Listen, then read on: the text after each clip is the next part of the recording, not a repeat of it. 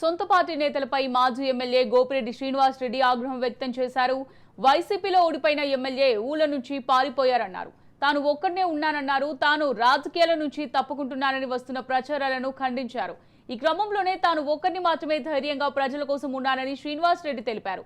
అయితే గోపిరెడ్డి వ్యాఖ్యలు సొంత పార్టీ నేతలు జీర్ణించుకోలేకపోతున్నారు.